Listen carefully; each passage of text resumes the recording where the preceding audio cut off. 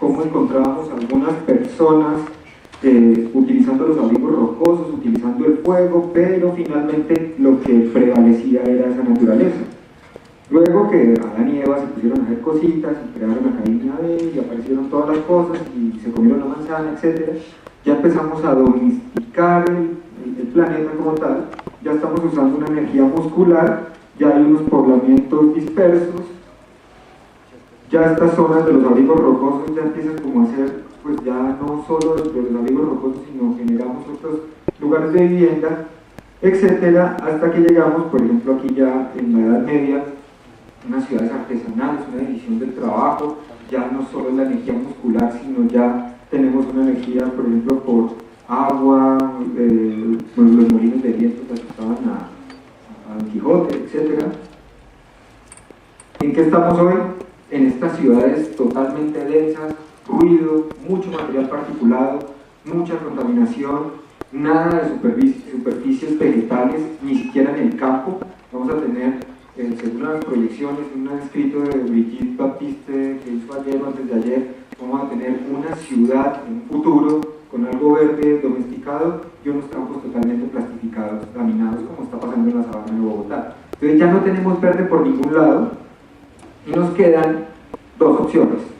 Nos vamos por una destrucción total o buscamos un equilibrio que sea funcional y que empiece a tener una repercusión.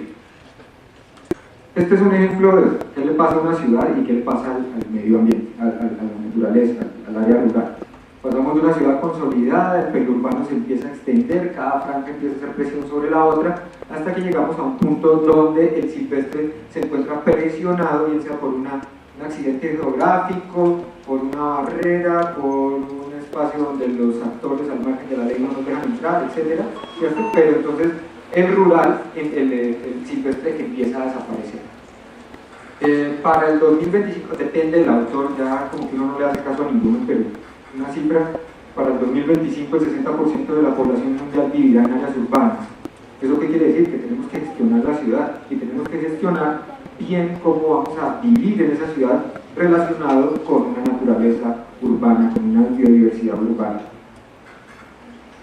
Esto es un parque de bolsillo en Medellín, porque no van en el metro local, haciendo este turismo de pobreza que están incentivando allá, en su área, están de pobrecitos y todo eso. Entonces aquí hay un parque que seguramente si le ponemos un muro verde a esto cambia un poco el entorno, y a mí me daría miedo dejar jugar a mi hijo ahí, se cae y se mata, o sea, pues, se descuelga el columpio y se mata, o sea, está horrible esa cosa. O sea, da espacio público, pero no hay verde, o sea, necesitamos encontrar esos espacios y los muros verdes, los techos verdes pueden ayudar. Bangkok, en Tailandia, cualquier columna del metro, del SkyTrain está con muros verdes. O sea, como decía Pablo anteriormente, nos llevan años luz de desarrollo y años luz no solo en el desarrollo de las tecnologías, sino años luz en el desarrollo del tema social y el tema normativo. Voy a pasar esto rápido porque ya lo han hablado, pero aquí hay algo interesante y es cómo han cambiado unos temas de pensamiento y actos sobre el medio ambiente a partir de lo que está pasando ahorita, el aguacero tremendo, la granizada de ayer, las catástrofes ambientales, han generado un motor de cambio y empezamos a ver cómo son unas relaciones dinámicas entre la sociedad y la naturaleza. En ese momento, pues la arquitectura y la construcción y todos los sectores entran a jugar un papel decisivo porque a partir de esos diseños sostenibles, a partir de usar adecuadamente los recursos que tenemos, podemos llegar a incentivar más ese pensamiento y esos cambios. Si yo tengo una cubierta totalmente en concreto en mi edificio que nunca voy porque no me dejan subir además, pues no me va a relacionar de una manera directa con el entorno. De pronto hay una preocupación del espacio público, pero si yo llego y me pongo una terraza verde en lugar de irme el domingo al norte a hacer un trancón de miles de kilómetros y horas, consumo de CO2, consumo de combustible, CO2, etc., y voy a mi terraza y hago un picnic, pues estoy generando una relación social-naturaleza diferente. Así sea de un privado, pero empiezo a generar el espacio. Convenio de diversidad biológica, el desarrollo sostenible, la declaración de Cancún donde dice que somos biodiversos, la declaración de Curitiba donde las ciudades son sostenibles, etc., hacen que la ciudad deba integrarse ya con unos elementos naturales pero de una manera funcional, que preste un servicio. Entonces, ya esto lo han mencionado, lo rápido, elementos vitales de la ciudad, pues, clima, agua, alimentos, necesitamos eso para poder vivir en la ciudad. La naturaleza la tenemos que repensar y definitivamente no podemos quitar el 75% de Bogotá para convertirlo en áreas de cultivo, pero necesitamos resignificar y repensar lo que significa la naturaleza en la ciudad, entenderla, pero entender más aún que necesitamos unos bienes y servicios, unos servicios ecosistémicos que provienen de esa naturaleza. Podemos generar unos nuevos servicios ecosistémicos dentro de las ciudades a partir de utilizar bien estas cubiertas y estos techos. ¿Cómo funciona una ciudad? ¿Cómo hay una funcionalidad urbana natural? Hay un crecimiento de las ciudades que genera una transformación. La transformación nos va a generar que necesitemos rellenos, ¿cierto? Necesitamos rellenar algunas zonas para urbanizar y se pueden generar visiones erróneas. Ustedes hace unos años un humedal era significado de muerte, de basura, etc. Ahora ya hemos cambiado un poco. En Colombia en general siempre hemos estado de espaldas a los ríos, espaldas a los humedales, espaldas a las zonas de verdes en las ciudades, son cosas sucias, horribles, feas, ¿cierto? Entonces necesitamos cambiar esas visiones erróneas. Desaparecen los espacios naturales, hay un cambio en la forma y coberturas vegetales, se nos pueden empezar a generar plagas, enfermedades, empezamos a generar riesgos, empezamos a generar cambios ambientales muy locales, cambios de isla de calor, efecto de isla de calor urbano, nos calentamos muchísimo. Entonces necesitamos generar una responsabilidad en cuanto al verde. ¿Para qué queremos ese verde en las construcciones? ¿Lo queremos de ornato? Pues estas tazas de tinto, ¿sí las ven? Pues podrán servir para un expreso, pero son bien incómodas de tomarse un tinto en esa cosa tan delgadita, ¿cierto? Estas sillas hasta bonitas se ven, pero siéntese ahí media hora, o sea, queda harto. O sea, queremos un ornato nada más, adornar, queremos aislar. Si yo tengo una vista a la Caracas, imaginémonos que hay un ventanal grandísimo, veo la Caracas, pues de pronto prefiero ver un muro verde a ver los Transmilenios pasar y todo el desorden que hay en la Caracas, ¿cierto? Quiero bienestar, etc. O sea, ¿qué es lo que yo quiero para esa biodiversidad en la construcción? No lo tenemos que hacer a la loca, sino tiene que ser bien pensado. ¿Qué me puede presentar esa vegetación en las construcciones? Una conectividad, una funcionalidad ecosistémica. ¿Sí? Ya lo han hablado varias veces. Entonces, ¿en qué estamos nosotros en el proyecto? Hicimos una amplia recopilación de información secundaria. A nivel de Latinoamérica, del neotrópico, no hay mucha información. El 99% de la información es de latitudes altas, donde la vegetación se comporta de otra manera. Hay estaciones, hay invierno congelado, o sea, las especies desaparecen. Aquí no hay eso, estamos en la eterna primavera, entonces estamos trayendo tecnologías, trayendo especies que se van a comportar de manera diferente acá. Entonces hicimos una buena búsqueda de esta información. Hablamos con arquitectos, constructores, viveristas, etcétera, para ver cuáles eran sus percepciones al respecto. Obviamente un constructor nos va a decir, yo no le voy a invertir 12.000 pesos a un individuo, una especie nativa, cuando una especie exótica me cuesta 300, 600 pesos. Y los constructores quieren una gran rentabilidad, como cualquiera, ¿cierto? Entonces hay un problema de los biólogos. Nosotros no nos interesa empezar a ver cómo se reproduce una especie nativa de manera barata y rápida y eficiente, ¿cierto? El método, se identificaron unos criterios abióticos, el clima, el tipo de sistema de verdeo, el tipo de uso que se le va a dar a ese sistema de verdeo, unos criterios abióticos, como es la forma de propagación. Listo, si yo voy al medio silvestre y extraigo la planta y la siembro, pues chévere, pero ¿qué mantenimiento le puedo dar, qué disponibilidad voy a tener en el vivero de esa especie? Entonces ahí ya empiezo a perder con las nativas, ¿cierto? Mantenimiento, el origen, y generamos una matriz de selección de especies. Como les decía, esa matriz está pensada para cualquier persona, o sea, no es una matriz estrictamente científica que solo una persona especializada en botánica con diversidad funcional y 4 doctorados pueda llenar. Bueno, ¿en qué estamos? Esta es como la descripción de la matriz, de la herramienta. Opción verde, ¿incluirla o no? No necesariamente siempre la opción verde es la mejor.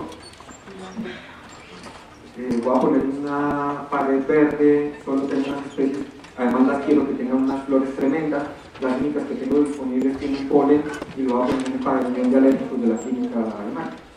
Esto no tiene sentido, ¿no? Entonces ahí pongo otra cosa. Si quieres poner una pared verde, píntela de pintura, ponga una ficha. ¿Sí? O sea, piense muy bien si sí vale la pena incluir el verde ahí. Y la otra parte es ver cuáles categorías y variables debemos tener en cuenta para seleccionar esa especie. Hicimos una simple suma, aquí los biólogos expertos se van a morir porque no hicimos derivadas integrales ni nada de eso, una simple suma para que veamos cuál es la mejor especie en ese sentido. ¿Qué elementos tenemos en cuenta si incluimos la especie? Queremos enfriamiento, queremos reducción del efecto isla de calor, queremos mitigación de la contaminación atmosférica, condiciones de drenaje, calidad de vida humana, aumentar la vida útil de las construcciones, generación de espacios verdes, etc. No necesariamente el verde va a aplicar para todas o puedo tener otros tipos de cosas. ¿Qué necesito para ver cuáles plantas? Si ya digo la opción sí es verde, es que necesito tener en cuenta una información sobre la biología, elementos básicos para el establecimiento de las plantas y estéticas. ¿Sí? O sea, cosas básicas que en cualquier lugar, cualquier empresa seria de viveros o que venda plantas, pues puede tener y los puede ayudar. El contexto del lugar, qué condiciones de suelo, de sustrato va a tener, la radiación solar, el impacto del viento, el contexto cultural, que voy a poner ahí. Elementos de políticas públicas, nacionales o locales, sería genial que pudiéramos avanzar muchísimo en eso. Plantas herbáceas pues nos permiten tener diferentes formas y colores que nos pueden ayudar a entender el proyecto, y eso es lo que vemos en casi todas las fotos, ¿cierto? Elegir la altura final de las plantas a establecer en el proyecto. Lo que les decía, si yo quiero tapar el paisaje, pues elijo unas plantas con alturas buenas para que me tapen el paisaje y me hagan con el horizonte y solo vea los cerros y no vea el resto.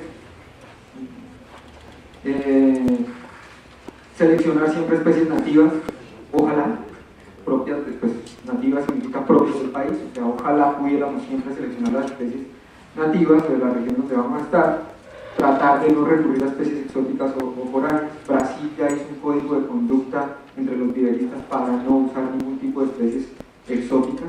Lo lograron y están trabajándole fuerte a eso. Y asesorarse de un buen vivero local, o sea, porque siempre necesitamos, cae una granizada y necesito reemplazar las especies, entonces necesito siempre estar muy bien asesorado y tener la disponibilidad de las especies. Para no entrar en subjetividad para elegir las especies, entonces generamos estos criterios: origen, hábito, altura, propagación, rango altitudinal. Cuando uno va de campo, pues cuando uno va de salida con los abuelitos a Fusagasugá, la abuelita va a separar en un nivel y compremos esta especie, y a la que uno le gusta, ella dice: no, esa no pega en Bogotá. Hay que tener en cuenta el rango altitudinal para poder seleccionar muy bien las especies. El clima, agua, luz, viento, suelo, aplicaciones en jardinería, importantísimo. Si no la aplican en jardinería y no sabemos cómo utilizarla, pues suerte. Yo tengo en mi balcón, en el 7º piso, tengo un efecto Venturi muy fuerte, he sembrado muchísimas especies que traigo del medio natural. Yo sé como biólogo que aguantan unos tentacones tremendos en el bosque altoandino, pero cuando están solitas ahí en el balcón no pegan. ¿Sí? Necesitan los vecinos, necesitan unas condiciones de humedad, de soporte, o sea, del entorno. Entonces necesitamos saber si sí se aplican en jardinería o no. ¿Qué tipo de mantenimiento le voy a dar? Y pues qué valor agregado me va a generar. Entonces aquí está, por ejemplo, origen. Si es nativa, exótica, sin potencial invasor, podemos usar exóticas, pero que no tengan potencial invasor. Exótica con potencial invasor, entonces voy calificando. Entonces ahí pueden ver como la matriz, voy calificando, estoy en una escala de valoración y empiezo a sumar. Entonces, ¿cuál especie tiene esos criterios? ¿Cuáles los cumplen? El hábito, si es hierba, trepadora, epífita, arbusto, árbol de bajo porte. Árbol, en la Defensa en París quieren hacer un proyecto como en el piso 40, poner un bosque completo de árboles de gran tamaño. Listo, si tienen la plata, bueno, entonces tenemos que tener en cuenta qué porte es lo que necesitamos. La altura de la planta, la propagación, por semillas, trasplante del medio natural, por cultivo de tejidos y otras técnicas. Si me dicen, si una persona con mucho dinero dice: yo quiero que me ponga un techo con estas especies y solo se pueden reproducir por cultivo de tejidos y tiene la planta, pues también se puede hacer, ¿cierto? O sea, aquí el límite lo pone es el que quiere, el cliente, mejor dicho. El rango altitudinal, si nos encontramos dentro del rango, si está fuera del rango pero puede ser utilizada, hay algunas especies de plantas que dentro de su rango altitudinal crecen muchísimo, pero fuera del rango pueden crecer, pero muy poco. Entonces puedo tener un bosque en miniatura de algunas especies y que me van a generar una vista agradable, unas cosas bien chéveres. El clima se adapta a diferentes climas, hay unas cosmopolitas, necesitamos un requerimiento climático específico. Si yo quiero hacer un muro interior y quiero que no me haya un exceso de transpiración que no atraiga con unos mosquitos, entonces no pongo unas especies que necesiten unas condiciones de agua, etcétera, específicas, de brillo solar. O sea, yo tengo que tener en cuenta todas esas cosas. Ha habido muros que se han muerto porque ponen plantas que no resisten esas condiciones climáticas y no lo han tenido en cuenta. Aquí en Bogotá, resistencia a heladas y otros factores climáticos extremos, ¿no? Las granizadas son mortales para todo esto. El agua, necesita un alto consumo de agua, puede darse, pero si queremos ahorrar agua, entonces ¿cuál es el sentido de poner unas plantas que necesitan un alto consumo de agua? Ahora, las que necesitan poco consumo de agua, por lo generalmente son exóticas, son CAM, son C4, entonces pues ahí tenemos que empezar a balancear la ecuación. Requerimientos lumínicos, claro, si la voy a poner adentro o afuera, si está muy expuesta al sol, tengo que verlo. El viento, sufro con el viento en mi balcón y ya no sé qué hacer, la única es poner esa sombra verde, pero pues no. ¿Para qué un muro verde? ¿Para qué un balconcito bien bonito con una lona verde para que tape el viento? O sea, es complejo, pero entonces necesitamos tener claro el viento que resiste eso. Si yo identifico cuáles especies de plantas me resisten más el viento en un techo verde grande, puedo poner una barrera en la que me resisten el viento y de ahí en adelante las bonitas que quiero el viento, ¿cierto? Si puedo mitigar algunas cosas. El suelo, qué tipo de sustrato necesito, si muy profundo o no profundo, si hay aplicaciones en jardinería o no, el mantenimiento, qué tipo de mantenimiento le voy a dar. Definitivamente todos ya sabemos que para un techo, una fachada verde hay que hacerle mantenimiento, ¿sí? Más en las condiciones tropicales. Fuera del país, en las latitudes altas, el mantenimiento, si no es una fachada en el Callejón de la Moda en París, no necesitan mucho mantenimiento, ¿sí? Aquí sí vamos a necesitar un tipo de mantenimiento. ¿Cuánto estamos dispuestos a pagar por ese tipo de mantenimiento? Eso es lo que tenemos que identificar para saber qué es lo que vamos a poner. Y el valor agregado, aislamiento térmico, aislamiento acústico, medicinal. Yo puedo tener una fachada de aromática, ¿cierto? Y, en lugar de andar comprando aspirinas, me tomo una agüita y ya, ¿cierto? Entonces puedo empezar a generar esas cosas. Alimento humano, atrayente de avifauna. Hay algunas especies que repelen los mosquitos y otras que los atraen. Entonces, divino tener una fachada llena de plantas que atraen mosquitos, ¿sí? Yo creo que es preferible las que repelen los mosquitos, no así estamos en Girardot. De estética, pues depende del tipo, califico y me va a dar un valor. Entonces ahí yo escojo el valor que, pues, las especies que tienen el valor más alto y puedo ya de una manera no tan subjetiva llegar a escoger bien mis especies. Para eso, por ejemplo, aquí hicimos el ejercicio con Humbergia lata, que es el ojo de poeta, la Susanita, la naranjadita con el huequito negrito, es una especie exótica con potencial invasor. El Ulex es divino, a mí me encanta el Ulex, es el retamo espinoso. El verde es divino y las flores amarillas son espectaculares, las podemos tener ahí en un techo, pero pues además de ser espinoso, es exótica, es invasora, se reproduce como los mil demonios, rapidísimo, parece conejo, entonces ahí me da un valor. Cortaderia es un pasto, Orthoxanthus otra especie y el solano, y entonces vemos cuáles de estas dos son exóticas y la matriz me las fue dejando con menores valores. Esa es la versión 1.0, ya estamos trabajando en una versión un poco más desarrollada, con otros valores, con otras cosas, todavía no les cuento porque todavía no ha salido, entonces pues pronto ya la vamos a tener, pero eso me da ya una idea clara de cómo seleccionar una especie. Sé que ya hicieron un ejercicio en Bucaramanga y les fue muy bien, seleccionando las especies con esta matriz. Me llamaron a decirme, oiga, funciona, chévere, rico. Ya alguien me leyó y me hizo. Esto era lo que les contaba, no tenemos mucho a 2012 teníamos esos números de artículos en el mundo, 54 artículos científicos específicos hablando de especies, cómo seleccionarlas, cómo hacer ciertas cosas, y en el trópico, hablando en términos pantropicales, tenemos en Singapur algunos estudios, 4 estudios, pero en términos neotropicales no tenemos nada. Entonces nos toca ponernos las pilas, a que los biólogos dejen de pensar en ganarse el premio Nobel para la selección de una especie, y qué especies poner en un techo verde para empezar a producir rápidamente y aparecer en la escena. Esta es una ruta que hicimos ya tomando decisiones, una regla de decisiones para ya seleccionar adecuadamente la especie. O sea, tenemos la matriz, pero esto nos ayuda de una manera gráfica a entender mejor la matriz. Entonces, ¿dónde se ubica el proyecto? Frío, templado, cálido. Sí, clarísimo. Ya hay selección de unas especies. Ya saco de la escena a muchas. ¿Qué tipo de sistema de verdeo voy a usar? Un techo intensivo, extensivo, una fachada verde. También empiezo a sacar algunas especies. ¿Cuáles son los requisitos de mantenimiento? Importantísimo, le pregunto al dueño del edificio, ¿quiere gastarle mucha plata o no? En mantenimiento. No, entonces mínimo.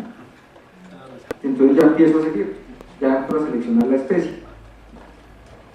Entonces dentro de esas se adapta al rango altitudinal, o sea, con lo que les contaba, puede que esté fuera del rango pero crezca, y crezca a la altura que yo necesito. Entonces sí, entonces sigo tiene una baja adaptabilidad. ¿Para qué voy a poner una especie que se adapta muy poco?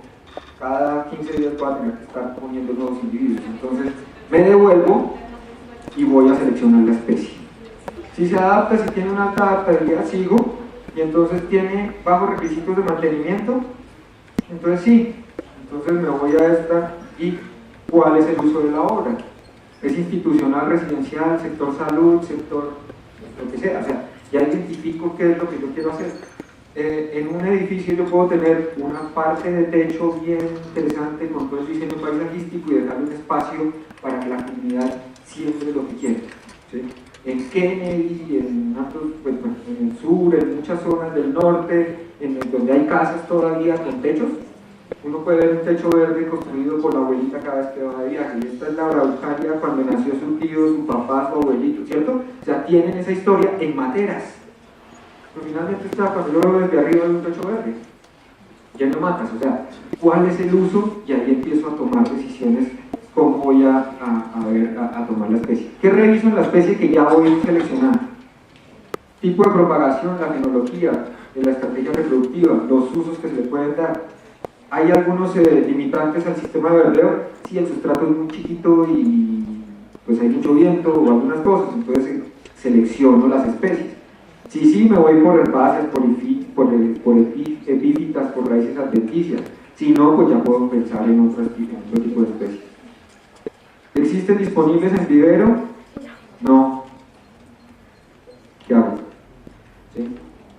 ¿Tengo la plata para poderla reproducir o lo que sea? Hagámoslo. Si no la tengo, entonces vaya y seleccione otra especie. Si sí existe en el vivero, pues tengo el listado final de especies adecuadas. Yo he ido, como cualquier cristiano, caminando por el jardín botánico y digo, quiero montar un techo verde, dígame qué especies escojo. Y están tan metidos en agricultura urbana, no es nada contra el jardín botánico, están en una cosa de agricultura urbana, donde no encuentro mucha claridad en qué especies, y empiezan a botarse la pelota entre direcciones, subdirecciones, y entonces uno aburre y va diciendo a los encuentros. ¿Sí? Y encuentra una guía de arborización a nivel nacional y de cosas urbanas, un montón de especies. Cuando voy a un vivero no la encuentro. Entonces, ¿qué pretendemos? Que vaya yo al medio silvestre, vaya al bosque altoandino, vaya y busque la especie, que soy cualquier cristiano, no sé cómo es la especie, y la traiga para de Bogotá. No, la locura. O sea, necesitamos empezar a ver si tenemos esa disponibilidad. Bueno, hemos participado en algunos eventos, Congreso de Botánica, nos fue re bien. Hemos publicado algunos libros, ya vienen 2 en camino más, y otros artículos. Este es el artículo que habla de la herramienta metodológica, no se ve. Consideraciones y selección de especies vegetales para su implementación ecoenvolvente. está publicado en la revista Nueva de Arquitectura, lo publicamos en una revista de arquitectura para que tuviera mayor impacto, porque pues si la publico en una revista que solo leen los biólogos, pues de hecho ni la hubieran publicado, ¿eh? Entonces la idea es que se distribuya fácilmente. Lo consiguen en internet gratis, entran y ponen nodo, selección de especies vegetales para techos verdes y lo encuentran ya en Google. Y pues ya hicimos una revisión sobre el papel de los techos verdes en la remoción de carbono atmosférico en el neotrópico, y ahorita vamos con otros proyectos para seguir avanzando un poco en este caso. Todavía no aparecemos en la escena de los artículos científicos en ICI y en Scopus, porque estos artículos solo los leemos nosotros y los leemos pues, la comunidad, pero esperamos muy pronto ya estar publicando en otros ámbitos. Interesante que pues, nos toca empezar a entender que ciertos rasgos florísticos, o sea, rasgos funcionales de la especie, aquí ya me meto en lenguaje técnico de diversidad funcional, o sea, cómo esos rasgos nos pueden ser de utilidad para filtrar las especies. Ahora necesitamos más información y necesitamos más desarrollo de los que saben de diversidad funcional para identificar muy bien cuáles son las especies que se van a utilizar y que se deberían utilizar. Necesitamos revisar nuevos rasgos, porque la evolución de la ciudad es totalmente diferente a la evolución del entorno natural. Entonces lo que pensamos que es claro para una especie en el entorno natural no lo es en el entorno silvestre, en el entorno urbano. Entonces necesitamos entender esa relación entre lo urbano y lo natural para identificar los rasgos que nos van a permitir seleccionar mejor las especies. La idea es tomar decisiones fácil y rápido, ¿sí? Que no nos enredemos que no haya que ser experto para tomar una decisión y seleccionar la mejor especie. Yo puedo tener una especie en un sitio que me atrae murciélagos. ¿A cuántos les gusta vivir con murciélagos en las casas? Sobre todo cuando estamos en tierra caliente, ¿no? O sea, yo no pensaría en tener una especie que me atrae murciélagos en Girardot, ¿sí? Todo el mundo le corre a los murciélagos. Yo prefiero un murciélago a una paloma. La paloma transmite más enfermedades, pero la gente le tiene más miedo a Batman que a Robin, ¿cierto? Entonces, pues la idea es como empezar a entender esas relaciones y empezar a seleccionar muy bien la especie, y tenemos que saber eso. ¿Qué sigue? Ya tenemos unas parcelas de muestreo, ya compramos unos equipos pues, bastante interesantes, y vamos a ver cómo empezamos a medir unas variables abióticas y cómo se nos establecen algunas especies. Ya estamos tratando de hacer un convenio con algunas universidades para que desde fisiología vegetal podamos tratar de reproducir especies nativas de una manera más fácil, pero no les interesa, porque como es para sembrar una mata en un techo, entonces no, ¿cómo se le ocurre pensar que va a sembrar una mata en un techo? No, estamos pensando en conservación de la biodiversidad. Yo le digo, si usted tiene una mata bien bonita, de esa de la conservación de la biodiversidad en los techos que están conectando los cerros orientales con los cerros de Suba, pues está haciendo funcionalidad ecosistémica y está conservando. Pero todavía entienden los biólogos que la ciudad también hace parte de nosotros, o sea, que nosotros vivimos en la ciudad. Muchas gracias.